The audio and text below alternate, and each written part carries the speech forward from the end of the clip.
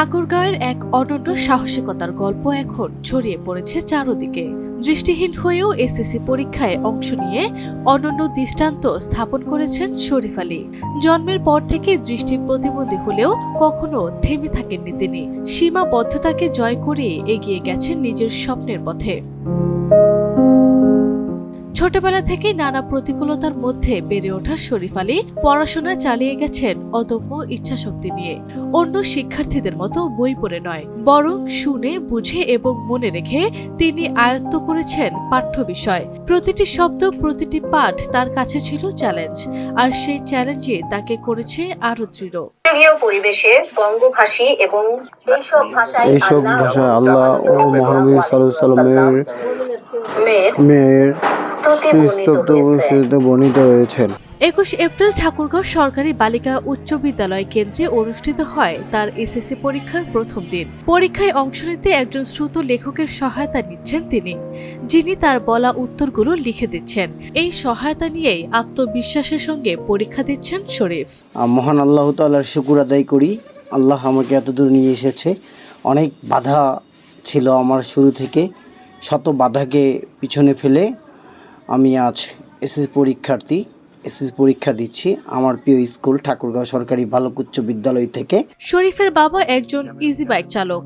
সীমিত আয়ের মধ্যেও ছেলের শিক্ষার জন্য কখনো পিছু পা হননি তিনি। পরিবারের উৎকণ্ঠ সমর্থন এবং শিক্ষকদের আন্তরিক সহযোগিতায় শরীফকে এনে দিয়েছে এই পর্যন্ত পৌঁছানোর শক্তি।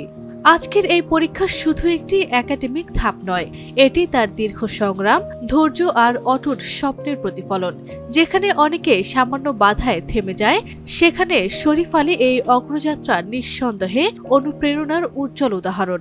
গর্ববোধ হচ্ছে নিজেকে নিয়ে যে আমি আমার ভাইকে পড়াতে পারছি, এটা আমার খুব ভালো লাগছে। এবং আমার ভাইয়ের স্বপ্ন যে সে বড় হয়ে কোনো সমাজসেবা অফিসার হবে এবং একজন শিক্ষক হবে, তার জন্য একটি ইচ্ছে মহান আল্লাহ তাআলা পূরণ করে, সেটি মহান আল্লাহ তাআলার দরবারে আমি।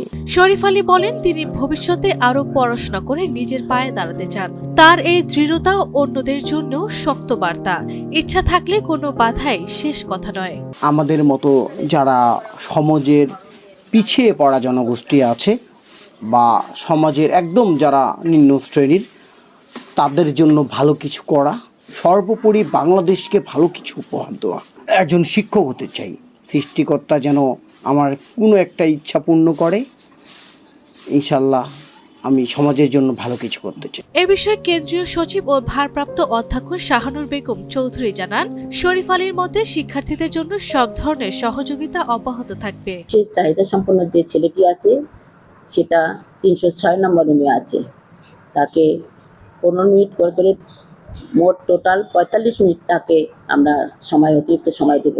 তার এই প্রচেষ্টা সত্যি প্রশংসনীয় এবং অনুকরণীয়। শরীফ আলীর গল্প যেন প্রমাণ করে দৃষ্টি নয়, স্বপ্নই মানুষকে এগিয়ে নিয়ে যায়।